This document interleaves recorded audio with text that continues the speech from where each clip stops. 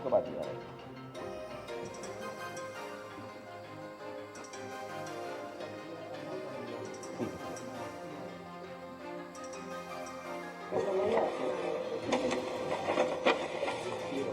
का मुआवजा नहीं मिला है, ठीक है। तीन वाला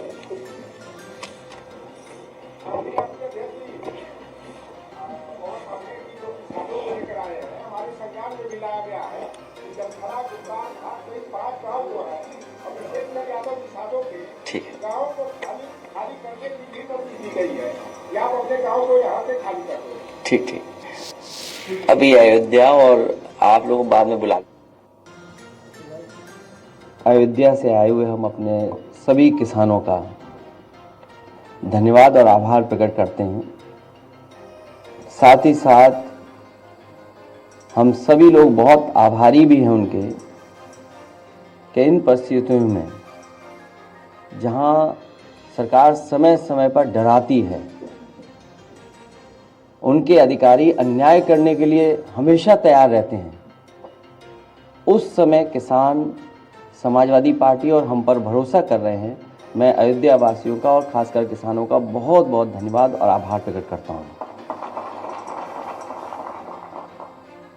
अभी जब बात शुरू हुई तो ये कहा गया कि ये भारतीय जनता पार्टी के भी कार्यकर्ता रहे हैं और आज इनके साथ भी अन्याय हो रहा है। और सच्चाई तो ये है कि इधर जिस तरीके से सरकार काम कर रही है, भारतीय जनता पार्टी के लोग भी जानते हैं कि भारतीय जनता पार्टी उनकी सगी नहीं है।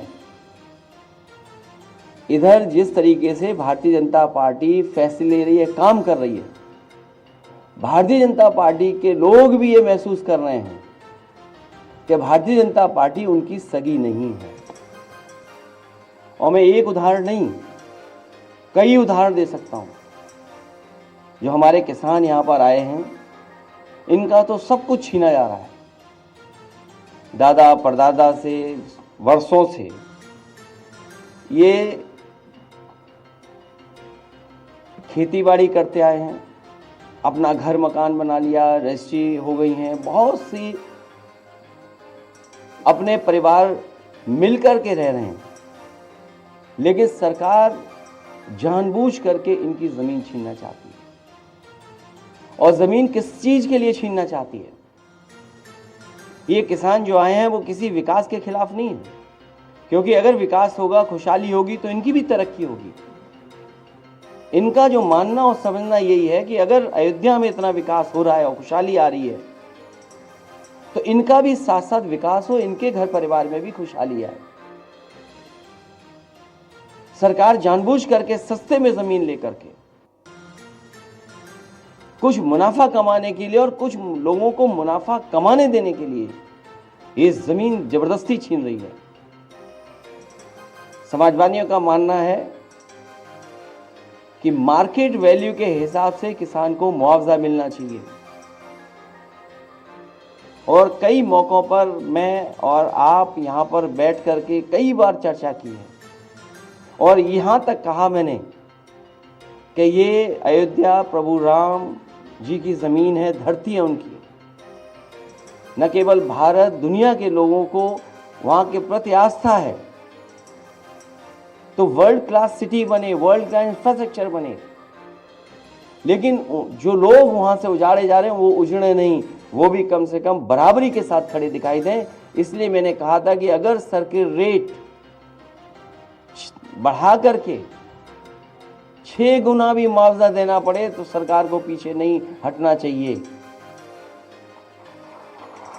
मैं आज फिर दोहराता हूं, जिस समय किसान एयरपोर्ट को लेकर के, अपनी जमीन को लेकर के यहां आए थे, कि वो वहां खिलाफ नहीं थे विकास के, या समय समय पर जो हमसे मिले हैं, जिनकी जमीनें जा रही हैं, मैंने उनसे भी आश्वासन दिया था। फिर कहता हूं मैं, इस सरकार से मांग है हमारी कि सर्किट रेट बढ़ा करके 6 गुना मुआवजा मिलना चाहिए।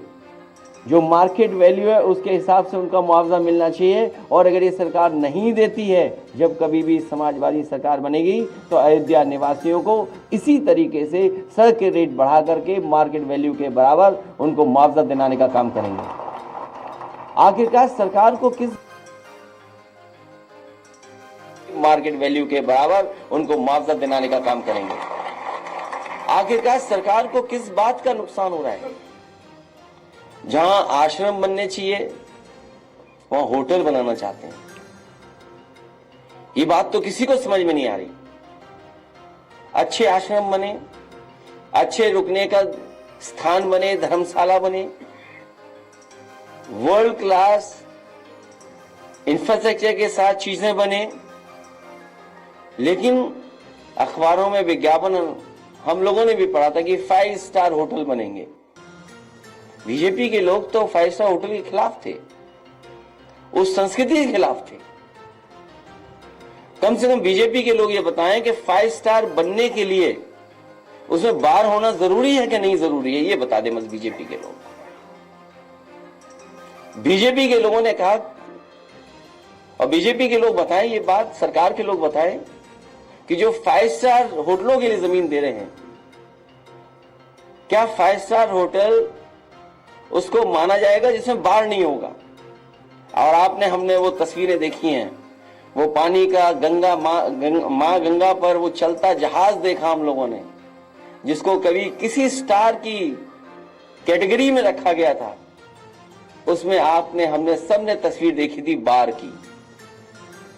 तो ये सरकार बताए आखिरकार किस दिशा में ले जाना चाहती है?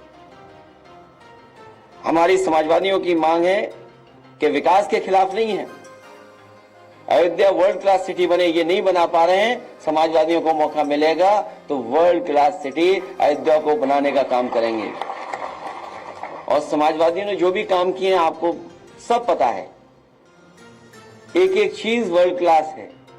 जहां से मुख्यमंत्री जी अन्याय कर रहे हैं बैठ करके, जो सीएम हाउस है, लोक भवन, ऑफिस, जो लोग भी निकलते होंगे इसके आसपास वो देखते होंगे कि क्या ऑफिस बनी हुई है। मैं तो ये कहता हूं जिस ऑफिस में वो बैठे हैं उसके बराबर भी पिछले इतने सालों में एक बिल्डिंग नहीं बना पाई है। मुझे खुशी है यहाँ के किसान हमारे साथ आए हैं और उन्हें भरोसा है समाजवादियों पर। मिल्कीपुर में भी चुनाव है, वहां पर पीडीए के प्रतिनिधि लड़ रहे हैं चुनाव। पीडीए के प्रतिनिधि ही समाजवादी पार्टी के प्रत्याशी हैं और उत्तर प्रदेश का, देश का सबसे बड़ा उपचुनाव होने जा रहा है। मैं तो अपने तमाम जर्नलिस्ट साथियों से अपील करूंगा कि ऐसा चुनाव जरूर देखने जाएं, यहाँ पर देखने समझने जाएं, वहां की कवरेज हो और तमाम जानकार लोग हैं उनसे भी हमारा निवेदन होगा कि डेमोक्रेसी में ऐसा चुनाव नहीं देखा होगा, ऐसे चुनाव की स्टडी करनी चाहिए। ऐसे चुनाव की स्टडी हो कि आखिरकार चुनाव में जनता कैसे फैसला लेती है। और हम सरकार से भी कहेंगे कि ये चुनाव पारदर्शी हो और पारदर्शी उदाहरण पेश करे सरकार कि ये फेयर इलेक्शन हो रहा है, जिससे कि हमारे तमाम जर्नलिस्ट न केवल यूपी के, भारत के और दुनिया के भी आकर के देखें कि कैसे फेयर इलेक्शन होता है। ये उदाहरण पेश करे आने वाले समय में कि इतना फेयर इलेक्शन हो सकता है और किया जाता है। और सच्चाई तो ये है कि मिल्कीपुर में भी इनके पैर उखड़ते हुए नजर आ रहे हैं। और हम आपसे पहले भी निवेदन कर चुके हैं कि हमारे समीकरण की चर्चा ज्यादा मत करना आप लोग। अगर प्रेस के लोगों ने ज्यादा चर्चा कर दी हमारे पक्ष में तो सरकार वर्दीधारी लोगों को आगे कर देगी। बात तो खत्म हो जाने दो अभी।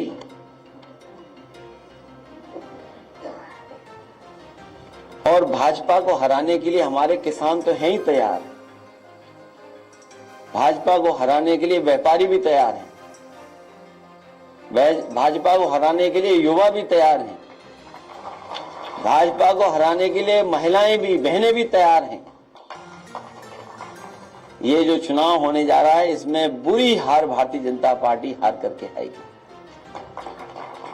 मैं एक बार फिर अपने आए हुए किसानों का धन्यवाद देता हूं और उन्हें भरोसा दिलाता हूं, विधानसभा में भी लोकसभा में भी आपकी बात को रखेंगे और आपके लिए समाजवादी पार्टी लड़ेगी भी, हक दिलाएगी भी, और आने वाले समय में सरकार बनेगी तो सर्किट रेट बढ़ा करके आपको मुआवजा दिलाने का काम हम सब लोग मिलकर के करेंगे।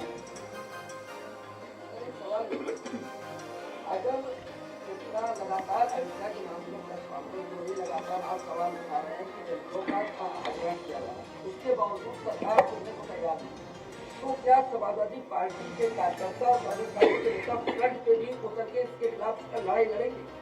कई बार सुधार आता है, फिर बिगड़ जाती है बीजेपी। जब यहां पर बातचीत आपसे होती है तो सुधार आता है और फिर बिगड़ जाते हैं।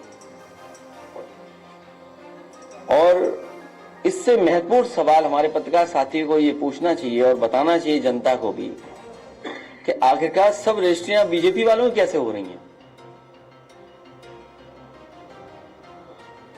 लोग कह रहे थे कि आप गंगा नहाने कब जाएंगे, और आप गंगा नहाने गए भी, और उसकी एक तस्वीर आपने वायरल की जो लाखों लोगों ने देखी, जो आप चेन पकड़ के हैं, उनको लोग देख के विरोधी जो है ठंडे मस्ते में चले गए और कह रहे हैं कि आप द मोस्ट हैंडसम पॉलिटिशियन।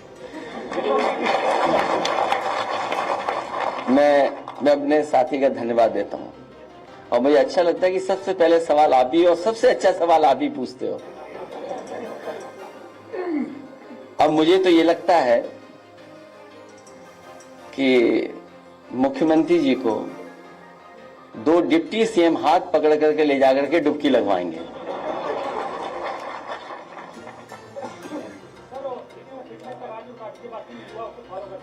ये चर्चा का आज समय नहीं है, लेकिन अपने पत्रकारी साथियों को फिर कभी बुलाएंगे और हम लोग इन्हीं सब बातों पे मिल बैठ करके करेंगे। कुछ हम बताएंगे, कुछ आपसे हम लोग सीखेंगे। वो बात पुरानी होगी, फिर जाएंगे।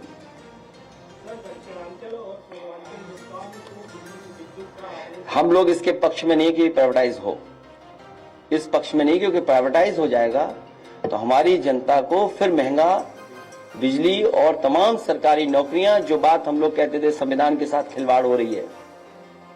संविधान में मोटी मोटी बात जो हम सब आप समझते हैं कि संविधान के तहत ही हमें आरक्षण मिला है, और जब प्राइवेट हो जाएगी चीज तो आरक्षण नहीं मिलेगा, आपको नौकरी नहीं मिलेगी। तो जमीन अधिग्रहण और बहुत सारे मुद्दों पर अखिलेश यादव